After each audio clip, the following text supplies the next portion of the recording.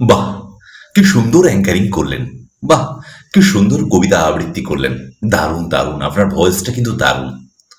ব্যাস, এইটুকুই মনের শান্তি। কিন্তু পেট, পেট কি মানবে এই কথাগুলো? পেটকে যদি বলি এই কথাগুলো পেটে নিয়ে যাও, আমার খিদেটা বন্ধ করে দাও, শুনবে? শুনবে না বন্ধুরা।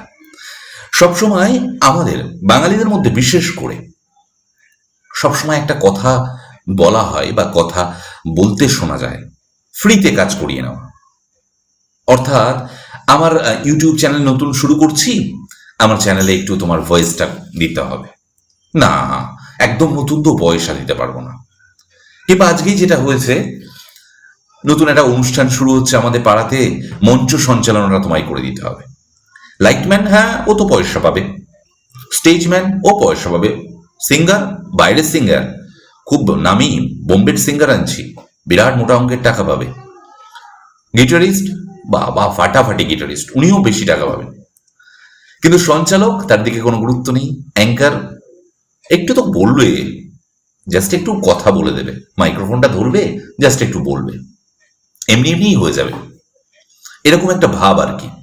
আচ্ছা, সবকিছু এমনিতেই হয়ে যায়, পরিশ্রম লাগে না, চর্চা লাগে না, মানে ওই বললেই হয়ে যায়, একটু করে দিও না, এইটা বললে কি আমাদের পেট চলবে?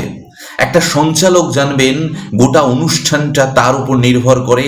তার মধ্যে যদি ওই ক্যাচিনেসটা না থাকে তার ভয়েসে, কেউ তার সেই অনুষ্ঠানে যত বড় শিল্পী আসুক, কেউ শুনবে না, কেউ শুনবে না। একমাত্র অ্যাঙ্কারই পারে সেই স্টেজটাকে বা সেই অনুষ্ঠানটাকে সুন্দর করতে পারে।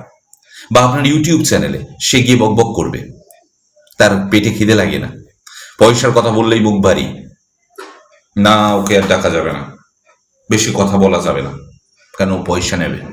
কেন ভাই? সে তো পরিশ্রম করছে, তার উপর বিনিময়ে তাকে পারিশ্রমিক দেবে না? তার যোগ্যতা আছে, সেই জন্য তাকে তুমি ডাকছো, এটা মনে করছো না? সবার বেলায় পয়সা হবে, তার বেলায় পয়সা কেন নয়? এই কথাগুলো, এতগুলো কথা একটা কারণে বললাম, আজকে অবাক হয়ে গেলাম। আমি বলছি তার প্রতি সম্মান জানিয়ে, দেখুন তার কতটা সে মন থেকে, মানে আমাদের ভাষার নয়, কিন্তু মন থেকে সে কতটা বড়। সে আমার, তার একটা অ্যাড হবে কোম্পানির, কোন একটা স্টিল রডের কোম্পানি, সেই কোম্পানিতে আমার ভয়েসটা যাবে। বেশ, তো তিনি এলেন, তো ওই ভাঙা, অর্ধেক ভাঙা ভাঙা গলায় বাংলা বলছেন, তো আমি বুঝতে পারছি। তো হঠাৎ কথা বলতে বলতে তিনি বললেন এরকম একটা ক্যাসেট হবে যেখানে আমাদের কোম্পানির ছবিগুলো যাবে, আপনার ভয়েসটা যাবে, আপনার ভয়েসটা আমার খুব ভালো লাগে, আপনার ভয়েসটা যাবে। আমি বললাম বেশ, বেশ কথা, আমি দেব। সঙ্গে সঙ্গে আমি বললাম যে দেখুন এগুলো করতে কিন্তু বেশ খরচা আছে।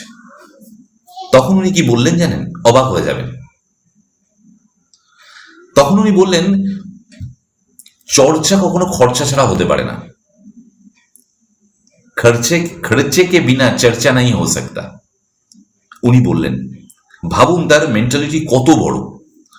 তিনি বললেন চর্চা করতে গেলে খরচা লাগবে, এবং তিনি, আমি যেটা চাইলাম সেটা মানে রাজি হলেন যে আমি দেব, কিন্তু আপনি অনুষ্ঠানটা করুন। এটা এই জন্যে বললাম, খারাপ লাগে যখন আমার মতো আরেকজন এসে বলে যে আমার অনুষ্ঠানটা একটু সঞ্চালনা করে দেবে বা আমার চ্যানেলে এই কাজটা করে দেবে, কিন্তু আমি পয়সা দিতে পারবো না। বিকজ আপনার পেট আছে, আপনার খিদে পায়, আপনার পরিবার আছে, কই জানতাম না তো, মানে এরকম একটা ভাব। কেন ভাই? আমি তো সত্যি কথা, আমি বিনা পয়সায় কাজ করি না। আমি কবিতাও শেখাই না, আমি কাজ করি না, আমি ভয়েস দেব, আমি কাজ করব, আমি খাটবো, আমার পারিশ্রমিক দিতে হবে। Very simple. যে করে তার কাছে যাও। এটা বলার জন্য আমি অনেকের কাছে খারাপ খারাপ, আই ডোন্ট কেয়ার। তো এই জন্য আজকে এই বিষয়গুলো বললাম, কেননা আমার না মানে বুকে মানে কথাটা বাজলো যে দেখুন একজন অন্য, মানে একজন মানুষ যে আমাদের এই কালচারের খবর রাখে না, কবিতা কি, কিভাবে ভয়েস পাঠ করতে হয়, ভয়েস থ্রো, অ্যাঙ্কারিং কিচ্ছু জানে না, তার কথা আমার একটা ভিডিও বানিয়ে দিতে হবে, তোমার ভয়েসটা যাবে, এবং যে পারিশ্রমিকটা চাইলাম সঙ্গে সঙ্গে রাজি হয়ে গেল। এবং কথাটা কত বড় বললো, আরো একবার বলছি, চর্চা খরচে কে বিনা নেই হো সকতা, চর্চা হলে খরচাটা লাগবে। এই কথাটা আমাদের হিট করলো।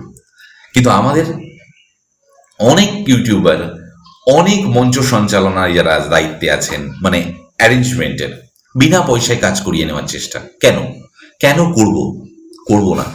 ওর থেকে বেকার ফেসবুক ইউটিউবে বকবক করব, তাও ভালো, কোনো অসুবিধে নেই।